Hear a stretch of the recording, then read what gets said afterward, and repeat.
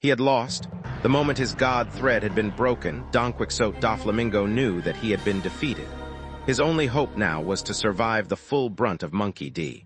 Luffy's King Kong gun, a task that was beginning to prove very difficult. Bringing his haki to its utmost limit, Doffy was able to bear the initial pain and impact of Luffy's attack, at least at first. After what seemed like an eternity, Doffy's body had finally reached Dressrosa, and proceeded to tear straight through the small kingdom. He could feel the stone and dirt below him crumble and fold around him, driving him deeper into the earth and closer to the secret underground facilities beneath Dressrosa. Even though he could feel his former kingdom split apart from his impact, his momentum showed no signs of slowing down. Eventually, his back met steel as it reached his underground operations, and the steel tore like paper. The pain at this point was excruciating, and it took all he had to maintain consciousness and keep his haki up to protect him from the debris. He could feel his focus waning as his body was assailed by torn metal, and for just a moment his focus broke, his haki fell. A piercing pain formed in his chest, and everything turned to black. Doffy's eyes began to open ever so slightly. As he awoke, he slowly starts to notice the several Marines around him, scurrying with medical supplies. Wondering why, Doffy looks around until he remembers what had happened moments ago, finally noticing a steel support beam lodged into his chest. His body felt numb. He tried desperately to use his devil fruit to try and repair some of the major damage, but it was impossible. The damage was too great. The Marines were trying their hardest to keep him alive to bring him into custody, but he already knew his life was escaping him. The captain of the Donquixote pirates began to chuckle lightly. For 30 years, he had dedicated his life to destroying everything the celestial dragons cared about. For 30 years, he and his family had grown and thrived to be where they stood up until this day. 30 years of his life, and it was ended by an idiot in a straw hat that couldn't find his way out of a wet paper bag. He would cry if it wasn't so funny or even possible at this point. He could feel his vision fading, his limbs losing even the numbness they once held and now felt as if they were disappearing. He was about to die. Trebal Diamante Pica. Virgo, he thought, picturing them in his mind, the people who had come to raise him, the person who was his childhood friend, the ones who had become his family and the ones that he had failed. I'm sorry, he thought, darkness taking over his vision, until he decided to finally close his eyes, a small smile replacing his usual manic grin. It was then that Donquixote Doflamingo, the heavenly demon and captain of the Donquixote pirates, had died. Donquixote Doflamingo did not think much of the afterlife when he was alive, but even he had thought of what waited for him at the end of his days. Whatever he had expected, be it fire and brimstone or an endless existence in purgatory, this was not something that he imagined. Doffy found himself surrounded by darkness, yes, but there was more. It was like he was in some form of cocoon, a barrier of warmth that wrapped around him protectively. He found it almost impossible to move his body, and speaking of his body, it felt off, disproportioned, and more importantly, incredibly weak. Where was he? He took a moment to relax his mind and concentrate to listen. He could feel and hear his own heartbeat, a good sign but also confusing. Did I survive, he thought? Were the Marines' medics able to somehow save him? No, that was impossible. The amount of damage he sustained was too severe, and the one who bore the heal fruit would never try and save his life. Putting that issue aside, he continued to concentrate, listening past his own heartbeat. After a moment, he began to hear another, one separate from his own. This was odd, especially because the heartbeat sounded like it came from all around him. Not bothering with trying to solve this mystery quite yet, he decided to use his haki to sense his surroundings. As soon as he attempted this, he had felt a wave of exhaustion hit him, only letting him use it for a moment, but it had worked. He had felt a few auras around him, but what he had found confused him. One aura he could sense several feet away from him, and it was powerful, clearly belonging to a seasoned warrior. There was another aura not as strong but still fierce. This one, along with another, confused him. This aura was all around him. It was large and surrounded him completely as if he were inside its owner. Now, Doffy was not a fool. He had many years of experience dealing with the most cunning minds in all the New World, so it should not be surprising that he had an idea of what had happened to him and where he currently was. I'm an infant. This revelation was one of both shock and slight amusement. First that straw hat boy kills me and now I'm an infant. Well, a fetus really, but still, the very thought made him laugh hollowly in his mind. But there was one more mystery to solve, one more aura that his haki could sense. Its nature and location confused him, however. It was unlike anything he had ever encountered. Powerful, overwhelmingly powerful, and evil, sickeningly so. It felt like it was right next to him, yet at the same time, locked away in a place he could never reach. Now that he felt it for the first time, its presence was just there. Whatever it was, he could feel it, just behind that incomprehensible barrier. And now that he could feel it, now that he could sense its rage, he knew that it was watching him, that it knew he was watching it, and it did not like being watched. However, the mind of Donquixote Doflamingo, the heavenly demon, simply grinned. Life within the womb, Daffy had learned, was very boring and disorienting. There was little to do while trapped there, and time seemed almost non-existent. But he knew that time was passing. His body had continued to grow, growing stronger if only marginally so, and soon he would be free. The thoughts of freedom brought other thoughts as well. Where and when would he be in his new life? Would he find himself flung into the far future? Would he still have the opportunity to get his revenge on the celestial dragons? These thoughts had plagued Daffy for most of his time in his new home. There was also what he began to call the entity that lived with him in his new mother. He would continue to watch and observe it and found something interesting. The entity was releasing some form of energy into his mother's body. This energy was thus flowing into him as well. When he felt it, it seemed wild, almost primal in a sense, with that same feeling of maliciousness that the entity exuded if watered down. As far as he could tell, it was not harmful, and he had no way of stopping it either way. He continued to examine this energy as time went on and discovered that his mother also had something similar. Unlike the entities, hers was warmer, calmer almost, and somewhat soothing if he had to admit it. What was really interesting was how they interacted. With the help of his haki, that would still take up a lot of his stamina, he found that his mother's energy seemed to be almost shackling the others, controlling and mitigating it. After discovering this, he looked into himself, so to speak, and discovered that he contained his own energy as well, separate from the one supplied to him by the entity and his mother. Not that he could really do anything with it, though. He mostly spent his time examining these various energies, trying to kill his utter boredom. As time passed, he began to feel it. His body had been growing, and his prison was growing smaller and smaller. His limbs were now capable of small movements, and he knew now that it wouldn't be long. While in this near-timeless place, he had time to think. Before, he relied on his family to do many things for him, though they did it happily, of course. He was stronger than the rest of his family. Yes, that was true, but that was not because of any considerable effort. Daffy, after coming out of his childhood, had been stronger than most around him. He rarely trained his body and hardly ever practiced his techniques. There was no need to. He had his family to do most things for him, and he was superior to most of the scum of the world anyways. That was how he had always thought, and then Straw Hat Luffy had proved him wrong in both the worst and best way possible. In this new life, there would be a new Doflamingo, one who would fight to get everything he would ever need with his own two hands, one who would not know, who could not rely on his family to do things for him. The cage around him had suddenly tightened around him. It was time. A brand new Donquixote Doflamingo would emerge in this new world and usher in a new age. He hated this. This entire process was uncomfortable, humiliating, and if he didn't have so much pride, he would say a little scary. Daffy was completely helpless as his 9-month prison tightened and squeezed him, pushing him further to his exit. He didn't know how long his torture lasted, but eventually he could finally see it. Light. Just a moment later, a wave of frigid air assaulted him. But he didn't care. He was free. The light and chilly air disoriented him for a moment, but eventually he felt himself wrapped in what was presumably a blanket. He opened his eyes but could only make out the outlines of shapes and various colors. There was no definition, and the world was a blurry mess. He felt himself being carried and eventually placed in front of who he assumed to be his mother's face. He strained his senses, trying to make out anything familiar around him. His ears could hear what sounded like speech, but it sounded almost garbled. He just couldn't make out the words. His eyesight was also still limited. He looked up to view his new mother's face, but could barely make anything out except the distinct color of red. He really hoped it was just her hair. His first mother died rather early on in his life, and it would be rather saddening to lose another so quickly. A moment later, he was carried a bit further away from his mother.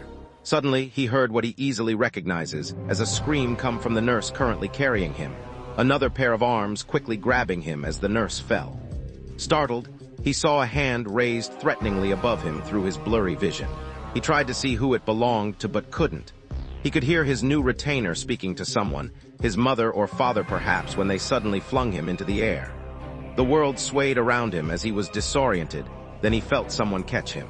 He activated his haki, attempting to identify the aura of his attacker, but something very odd happened just before he did. The various colors around him changed in an instant, and he could now feel a slight breeze where before the air was still.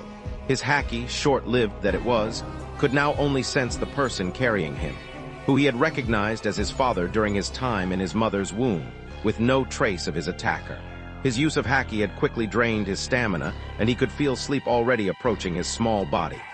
Once again, his surroundings had suddenly changed, and he could feel his father place him down onto a soft surface, a bed.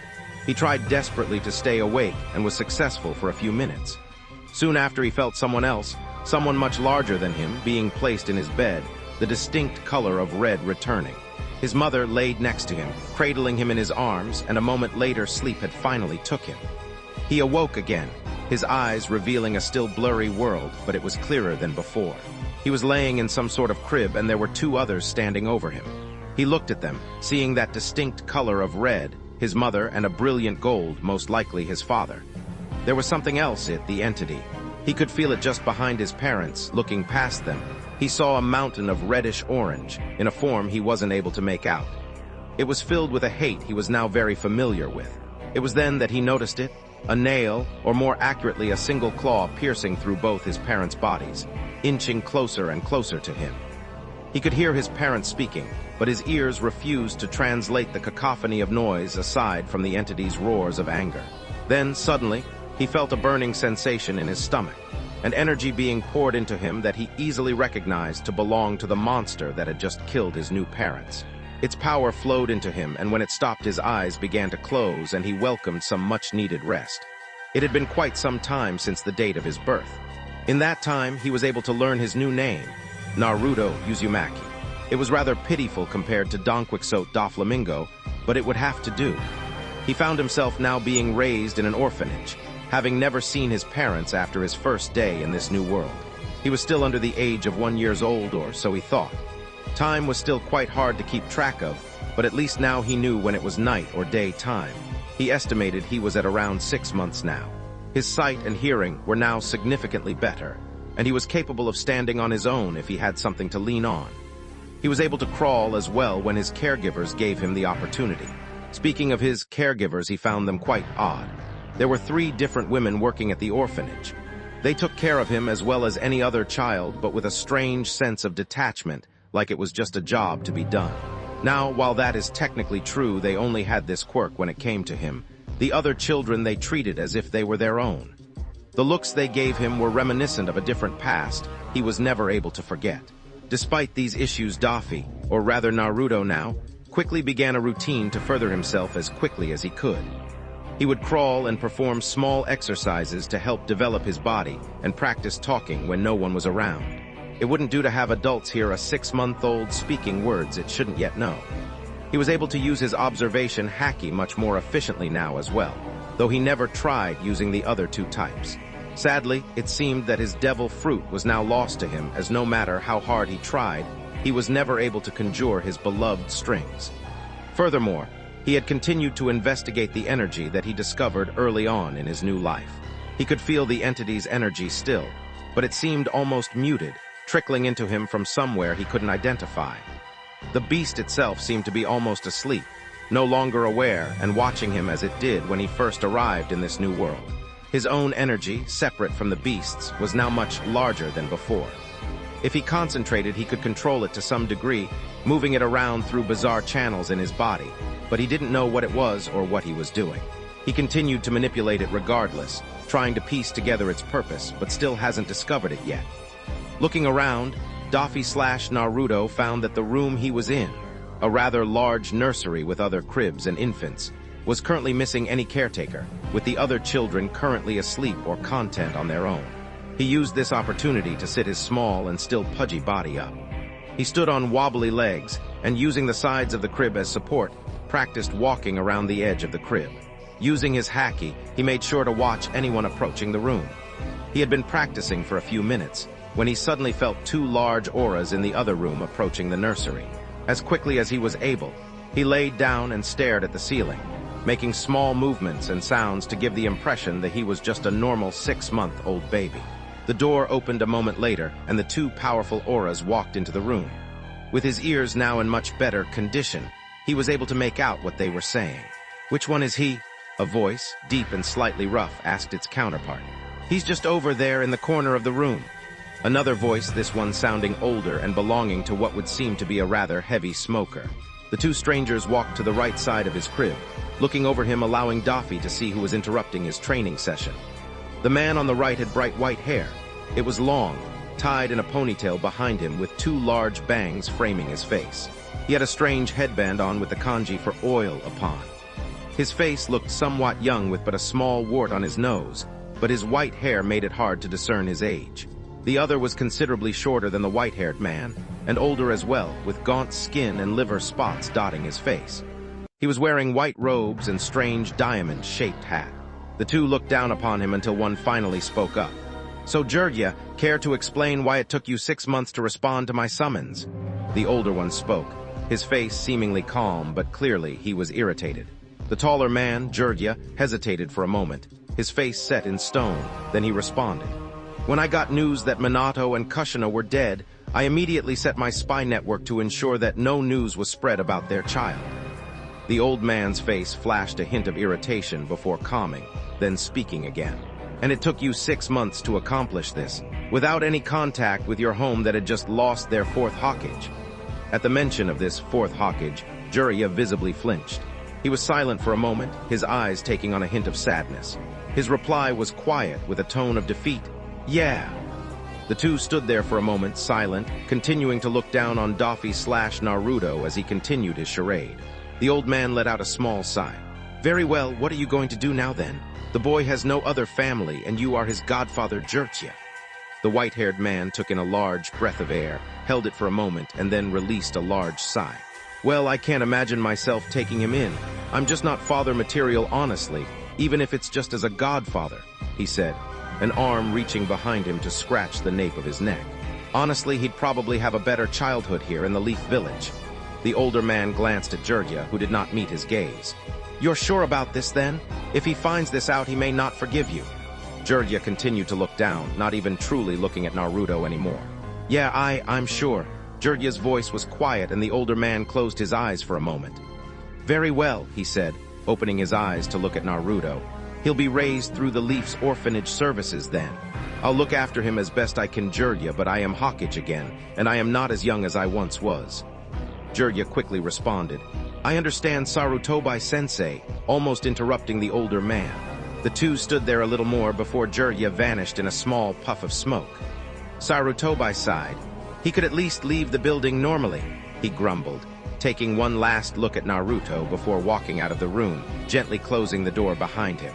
Daffy, sensing that the old man was gone with his haki, stopped his small charade and thought about the conversation he had witnessed. "So, it would seem one of my parents, Minato and Kushina, was rather important, this 4th Hokage. I know where I am now too, the Leaf Village, quite a strange name." Daffy continued to parse through the conversation. "I have one more family member as well, a godfather, Jirya." Daffy mouthed the name of the godfather that abandoned him, then said the name aloud. With that name firmly in his mind, Daffy stood back up and continued his training, with a smile that did not belong on a child's face. 2 years. Naruto Uzumaki, or rather Donquixote Doflamingo, was finally 2 years old. Last year he was finally moved out of the nursery and was given his own room to sleep in. It was rather small, more like a closet than anything else. But unlike everyone else in the orphanage, he did not have to share the room, giving him the privacy needed to continue his training. He also was finally able to go outside as well, to the small playground just outside the orphanage, and see just what kind of village he lived in. When Jirya had called his new home the Leaf Village, he was expecting just that, a village. Instead, he was greeted by a large city, with oddly shaped buildings and various pipes and wires traveling across them. This village was unlike any other he had ever seen, which was saying something. He also took notice to the large mountain with 4 large stone faces engraved onto them. overlooking the village. He recognized the Hokage, Sarutobi, from his encounter with him, meaning the last face on the right must be the fourth Hokage, his father Minato. An important man indeed to have something like that dedicated to you. Daffy had also made an effort to try and socialize with the other children. Needless to say, that ended in disaster. For one thing, their vocabulary was extremely limited compared to his own making conversation utterly meaningless. Their games were far too simple and trivial for him to take part in. Also, he got the feeling that the other children didn't like him much. He didn't know why though. He made sure to have his best smile on his face as much as he could, almost always. Oh well, it didn't really matter. These children were just orphans after all, no one important. There was no need to start building any relationships with the rabble after all. He had his eyes on much bigger prizes. This village was ruled by those with the title of Hokage. The current Hokage, who he learned was named Hiruzen Sarutobi, would visit the orphanage now and again. Though he made it seem he was just visiting the unfortunate children without parents, Daffy knew that he was really checking up on him. Sarutobi would also come to deliver a sales pitch about being ninja, this village's military force, of which the strongest was elected as Hokage. He explained to the orphanage that children can go and attend an academy where they would learn how to become the heroes that protected their home. Ninja. It did not take Daffy long to decide that the Ninja Academy would be his first stepping stone in his new life, telling the Hokage to sign him up. But there was something else that was bothering him as well. Small things about his new home that had puzzled and slightly worried him. For one, he had heard no mention of either the world government or the Marines in the past 2 years. The naming conventions here were also different. The style of names were different than what he was used to, usually more complex than simply Treball or Baby 5. Everyone here also would introduce their given names first and surnames last if they had one, the opposite of what he was used to. He had no way to confirm it, but he didn't think he was in Kansas anymore. Regardless, Naruto Uzumaki continued his life in the orphanage, a grin on his face and a diamond-shaped hat in mind. Aniko Hamadate did not like Naruto Uzumaki. She had run this orphanage for almost 20 years now, and while there was the occasional bad apple, never in her life would she say that she did not like any one of the children living in her orphanage. Naruto Uzumaki changed that. She knew that young Naruto was the Jinchuriki of the nine-tailed fox. That was really an open secret at this point, but that wasn't why she did not like him. No, there was something else, something off about the child. When he had first arrived at the orphanage, she was wary of him, knowing his status as the fox's container. She did her job, took care of him, and that was it, end of story. After a while, she began to notice strange things about him. His eyes seemingly holding an awareness that didn't belong in such a young child. Some days, she could have sworn that she had seen the young boy in his crib, practicing to walk a couple months ahead of others his age, but lay right back down as soon as she had walked in. That wasn't what had disturbed her the most, though. When he was young, the boy would almost never cry. It was only when he needed to be changed or feed, never anything else. Eventually, even that stopped altogether. When the boy would fall and scrap his knee, or when the older kids would try and pick on and bully him, never would he cry. No, instead there was just a smile, a grin if you could even call it that. It looked normal to most, yes, but after seeing that smile every day for over a year, Aniko knew better. There was something wrong with that smile with that boy. The other children knew it as well. They would hardly ever interact with him anymore, and when they did it would not go well. That boy would simply smile at them, brushing them off and almost ignoring them completely, as if he were looking down on them. It wasn't just his social skills that were off either. The boy moved with grace, an elegance and control that a 5-year-old should not possess. He walked with confidence wherever he went, with that damned smile never going away. He was stronger than others around him as well. She had seen him beat children that were almost twice his age and had training in the Ninja Academy, though he never instigated the fights. Yes, Aniko Hamadate truly did not like Naruto Uzumaki. He had shown an interest in becoming a ninja as well, a terrifying thought. And with that thought in mind, she signed the letter she had written to the Hokage, his official guardian, calling for his immediate removal from the premises. Normally, she would feel bad for sending a child out all alone into the world, but Naruto Uzumaki was not a child, this she was certain of. Hiruzen Sarutobi was not having a good day. It, like almost every other, was filled with monotonous paperwork and political strife that he was well and truly sick of at this point. He remembered a time when he enjoyed these things, but now, He was missing the retirement that Minato was so kind to bring him. He grabbed the next obstacle in his path to the day's end, what looked to be a letter addressed to him, and filled his pipe with another round of tobacco. He read the letter as he did so, stopped for a moment to put his pipe down and reread the letter, hoping that he had misread it. After he sighed and with weary hands, set the letter down and picked up his pipe. He sat there for a few minutes, enjoying the downtime that he honestly felt he deserved. When his pipe ran dry, he quickly scribbled a reply to the letter he had received, signed it and signaled for one of his ANBU. "Yes, Lord Hawkage." A tiger-masked ANBU had appeared kneeling in front of his desk. Hiruzen handed the folded-up letter to the agent. "Take this letter to Akino Hamadate at the Southern Orphanage," he ordered, his voice firm and calm to hide the frustration he was currently feeling. Without another word, the ANBU agent disappeared to fulfill his orders.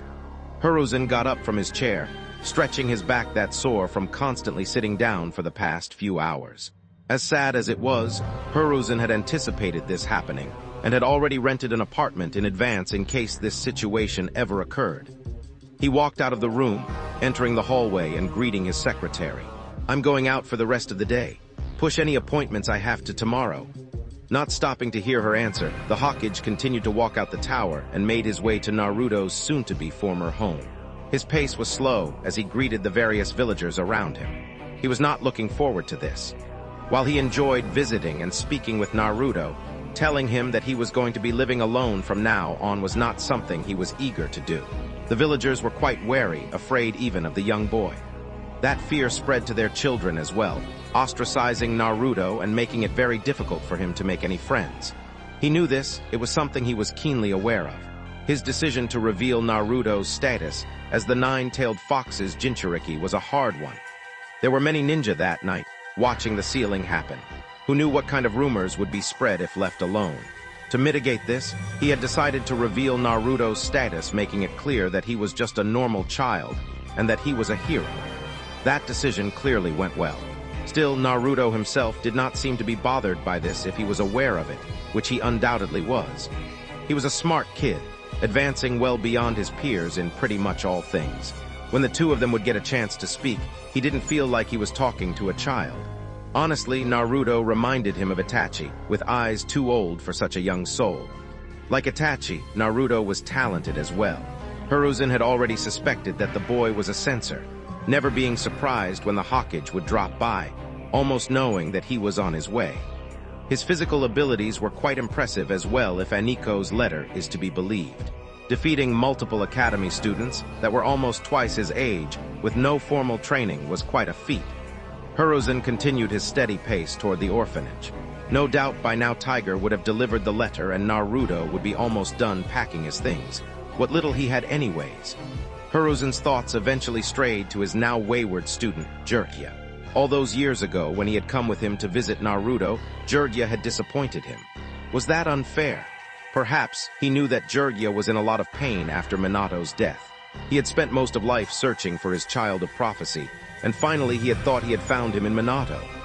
Minato and Kushina treated him like family, something Jiraiya never had. And in the end, he lost everything in a single night.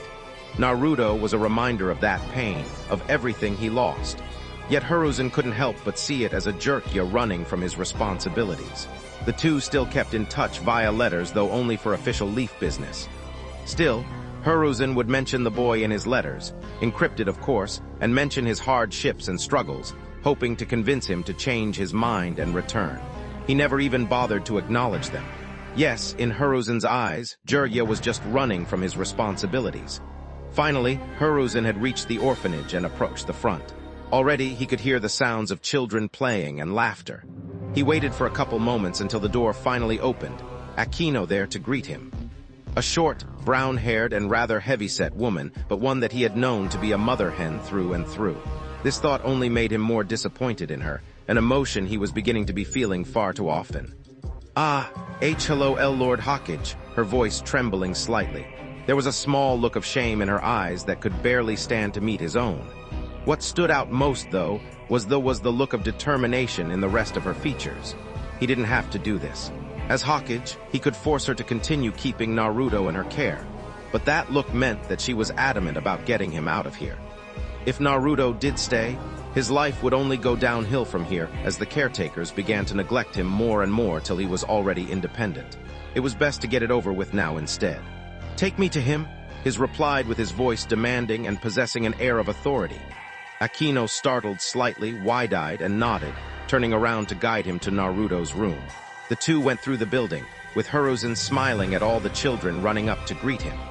Soon, they made it Naruto's room, and not even bothering to knock, Akino opened his door and walked in. "Hey, old man, what took you so long, huh?" rung out a young voice, full of amusement and mischief. Looking inside, Hiruzen spotted young Naruto. He was leaning up against the far wall, his arms crossed, and a small backpack sat down in front of him. The short, blonde-haired boy was wearing his ever-famous grin, a bright pink shirt on with equally bright white shorts and black shoes. He had on a pair of oddly shaped sunglasses with a silver frame and red lenses. Naruto had asked for them during last year's Rin festival that they spent together and wore them every day. In fact, Hiruzen couldn't remember seeing him without them on since then.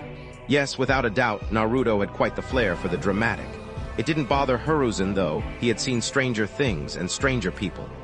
Hiruzen smiled lightly, then chuckled a bit. "Well, when you get as old as me, it takes a bit longer to get around," he said, humoring the boy. "Heh heh heh, sure, old man. Whatever you say," Naruto replied, seemingly laughing at some inside joke. Naruto pushed off the wall, kicking his backpack up and looping one of the straps around his shoulder in one smooth motion. "Now come on, old man, let's go see this new place you got for little Almi," he said, walking past him and Akino and toward the front door. Yeah, quite the flair for the dramatic indeed. The Hokage followed him to the front door, amused by Naruto's antics. "Now, Naruto, shouldn't I be leading the way? After all, I doubt you'll know where to go after we walk out that door." Naruto, finally at the front door, opened it and bowed dramatically, gesturing for Hiruzen to step out. "Of course, Lord Hokage, I was getting the door for you. One should be respectful to their elders." "Heh heh heh." Naruto, with that grin still plastered on his face, laughing at the barb about his age. The two walked out of the orphanage, now side by side. They began to walk closer to Naruto's new apartment. It was located closer to the Hokage monument, and thus the academy as well, which Hiruzen signed Naruto up to begin attending next year. As they walked through the village, the various villagers would often stop to look at the two, and not in greeting like they did when he was alone. They would often move to the other side of the street to avoid being close to them. Seeing this, Hiruzen looked down at Naruto. Naruto seemed to be ignoring this, grinning like always and his eyes hidden behind his stylish sunglasses. Hiruzen sighed a little, looking at him. Naruto had a bad habit of walking a little strangely. His hands would be in his pockets and his legs would move at an almost exaggerated pace, lifting up far too high when he walked. But he was mostly concerned about the way Naruto would hunch his head, as if he were too tall and trying to duck under something. They passed by and stopped by a few places, getting Naruto food, clothes, and various supplies like utensils and dish soap. The apartment was already fully furnished, and Hiruzen would leave further decoration up to Naruto. Continuing away from the market, Naruto stops and turns, standing still for a moment. "Hey, old man, what's the building for?"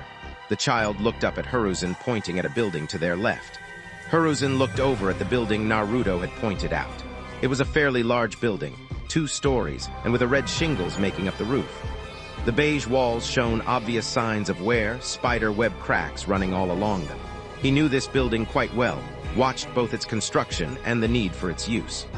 Built during and after the First Great Shinobi War, it housed all of the war orphans that the war had brought, and has done so for the second and third as well. It was a building that symbolized the pain and hardship that the Leaf had gone through, and a prison for the children whose parents were sacrificed in her name. Hiruzen looked down at the boy, Naruto looking towards the building, his usual smile missing from his face. "That's the first orphanage that was built in the Hidden Leaf Village. Why is there something the matter?" he asked, curious. The boy stares at the building for a moment longer, eventually looking away and continuing. "Nothing, let's keep going," as he called back to him. They continue towards where Naruto will be staying. They finally walk up to a beige building with maroon-colored shingles. Standing about 4 stories tall, it was a plain apartment building. As they proceed to follow up the stairs to the top floor and stop at the 3rd door on their right, at room 4C. "This will be the building you will be staying at."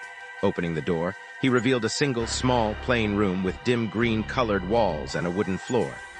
In it was a bed with a small nightstand and alarm clock, a small desk and chair with a small radio on it, and a single dresser.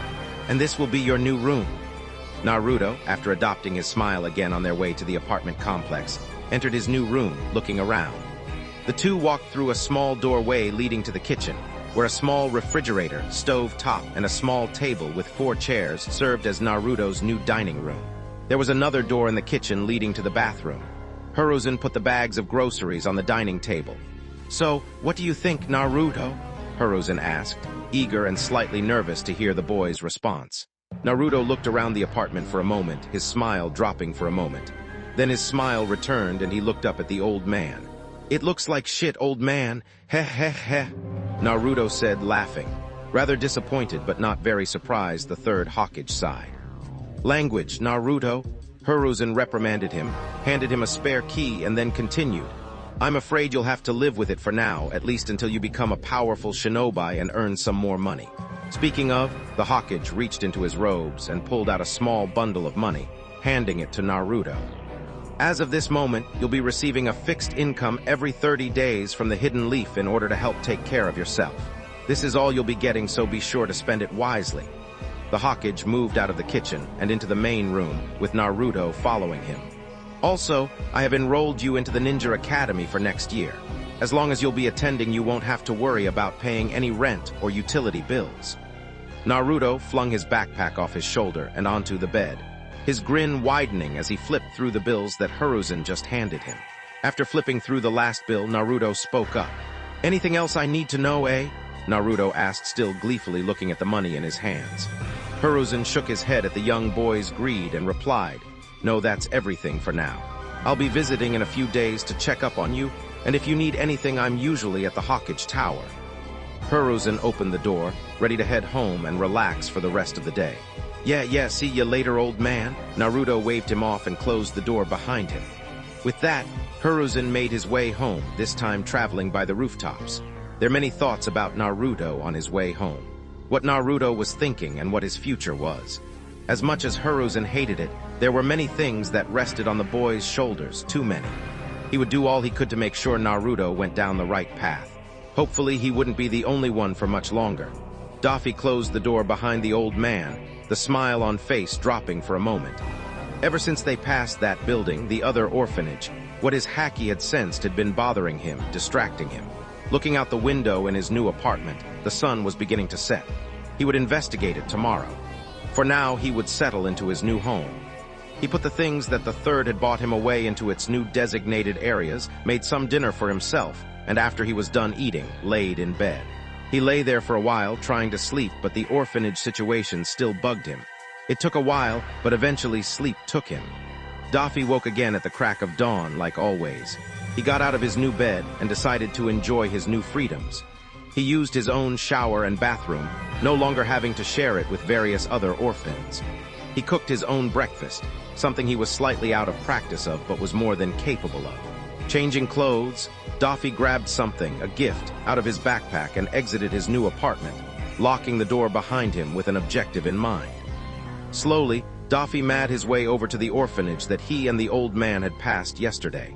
It took quite a bit, as Daffy had a bit of trouble remembering exactly where it was, but he found it again eventually. It was just before noon now, and just like at previous home, there was various children playing at a nearby playground. It was like clockwork. As soon as he was in range, that aura was back, calling out to him through his haki. Daffy, with his signature smile, walked onto the playground and spotted 2 benches sitting back to back in the middle of the park. He walked toward it slowly, tracking that aura through his haki, and sat down on one of the benches. Then he waited, his eyes staring straight ahead of him and his smile dropping. There, a boy was a few meters ahead of him. He was quite odd-looking, a bowl-shaped haircut, thick eyebrows and large, round eyes with rather prominent eyelashes. A small frown adorned the boy's stone-set face, a perfect example of seriousness. The boy walked forward at a steady pace, his hands neatly folded behind him.